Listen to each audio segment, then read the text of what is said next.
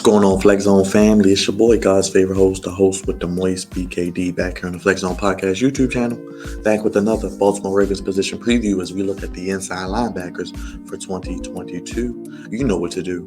Hit that thumbs up, hit that like button, hit that bell for all notifications, and most importantly, hit that subscribe button. Join the best family in the YouTube community. Flex Zone Podcast, only place giving you your sports how you want it when you need it. Let's take a look at these inside linebackers and break down what I'm looking forward to seeing in 2022. The inside linebacker crew for the Ravens, as we look into the 2022 season, we know first name that jumps out to me is Patrick Quinn. They moved him from strong side to weak side last year. He had a really good rookie year, in my opinion. Played every game. He was a stalwart in the defense. He had over 100 tackles his rookie year. Played every game, as I mentioned. And last year, people don't realize 106 tackles his rookie year. He had 98 last year. And I think that he, deservedly so, gets a lot of criticism, a lot of blame in situations in coverage. And sometimes he just looks like his football IQ is not there. But I wouldn't give up on Patrick Queen yet. I think he had his best season as a rookie. Mike McDonald was a Ravens coach as a rookie for him. So I think we could see more of the Patrick Queen we saw in 2020 with Mike McDonald than what we saw last year in 2021. Now, I do think that he, going into year 3, this is a make or break year for him. First round pick. What do the Ravens do with him moving forward? Do they pick up his 5th-year option? Does he get a long-term deal in the future? I don't know that answer right now. But this season is very, very important for him because if he can get 100 plus tackles and look better in coverage and make plays in the secondary and get some interceptions and get some sacks, the Ravens could have somebody for the next few years to man that middle linebacker position. Because don't forget, his teammate who's next to him, Josh Bynes, is a veteran. He's back one more year. Glad he's back with the Ravens. He was a big, big piece of what they did last year. And he was very, very, very much needed for the defense. And I think he made a difference. He made a big difference in what they did defensively. And I think when he came into this team and started in the middle and Patrick Queen moved to the weak side, it definitely helped out the defense. Now, Malik Harrison last season, unfortunately, was shot. Don't know what to expect from him this season. Honestly, he is a thumper, but do I expect a big season from Malik Harrison? Can't really expect too much from him. I really don't know what Malik Harrison is going to bring to the table for this team. I'm not really expecting anything but much more of the same than what we got the past few years. And Christian Welch, really don't know too much about him. Don't know too much about Zacoby McClain, Josh Ross, Atora Alaka. Don't know much about him. Diego Fago, I know he was undrafted. They bought him in. Could he make the team? I don't know. Would have to see how they perform in camp. Alaka, McClain, Ross, all the names Welch, put them in a hat and pull one out.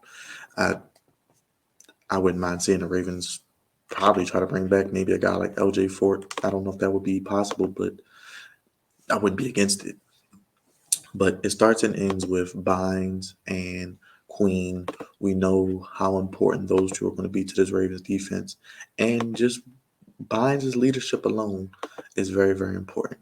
And Queen, I think, still has a lot of upside in his game. And we have to forget he is a young player and really his 3rd season going into the league. And he was a no-name in LSU up until that national championship season. So could we see that same trajectory with him in the NFL where he slowly but surely starts to get better, and then year 3 he jumps onto the scene and is an all-world caliber player? I would like to think so. But outside of Bynes, Queen, Harrison here and there, I don't know if Harrison can even play 3 downs at linebacker in the NFL because he's a thumper, but I would love to see the Ravens. I don't know. I would love to see a reuniting with LJ Fort if none of these names work out, because I think LJ Fort was a good player. Got hurt last year, unfortunately. But when you look at Welch, as I said, McLean, Alaka, Fago, and Ross, you can probably put all their names in a hat and go from there and see what you get. But Bynes and Queen are the key. Bynes has to stay healthy. Quinn has to stay healthy. Quinn has played every game in his career, but I do think Quinn is the weak link on this linebacking core. And we know teams, especially the opposing tight ends, when you play the Kelseys and you play the Kelseys, the Kittles, the Wallers in your own division. You got Hayden Hurst back. You got Fryermuth with the Steelers. You have with the Browns. Who do they have? Njoku's gone. So there are guys in the AFC especially that are going to pick on Patrick Queen, offensive coordinators, because of his coverage ability. So we're going to see just how good he is.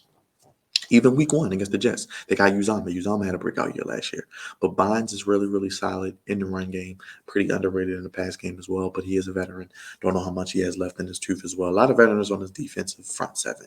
Campbell, Bynes, some of those guys. So we'll be intriguing to see what happens with some of those guys. I mean, we have to see what happens with Brent Urban, another veteran on his defense. So I do want to see what happens with Patrick Queen. I think he'll have a better year than people think. I'm not saying he's going to be a Pro Bowler, not saying he's going to be an All-Pro, but I do think Patrick Queen gets a little more slack than he deserves, but I do think he has a lot to improve on as well.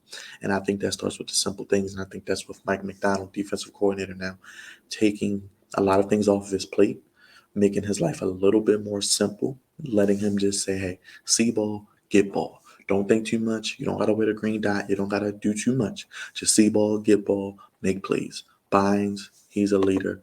He's a guy who can help him out. Playing next to him helps as well. Malik Harrison, let's see what he does bouncing back from his injuries. And outside of those three, I don't really know much about any of those guys. I do like potentially Fago, but is Fago an NFL linebacker? I don't know. He was undrafted. He was undrafted for a reason, I'm sure. So we shall see. But Bynes, Queen, they're going to be the key for the inside of his defense, especially when it comes to stopping the opposing team's tight ends. But I do think Mike Macdonald will get creative and use some guys from the secondary, much like a Kyle Hamilton and others, maybe Chuck Clark, to play some linebacker, come up in coverage against these tight ends and move them all around as well, which I do like the potential with having Bynes and Queen, but also having that support of a Kyle Hamilton or of a Chuck Clark coming up into the box as well. You got guys who can play some position versatility in the defensive backfield and come up and play linebacker if needed as well for passing situations.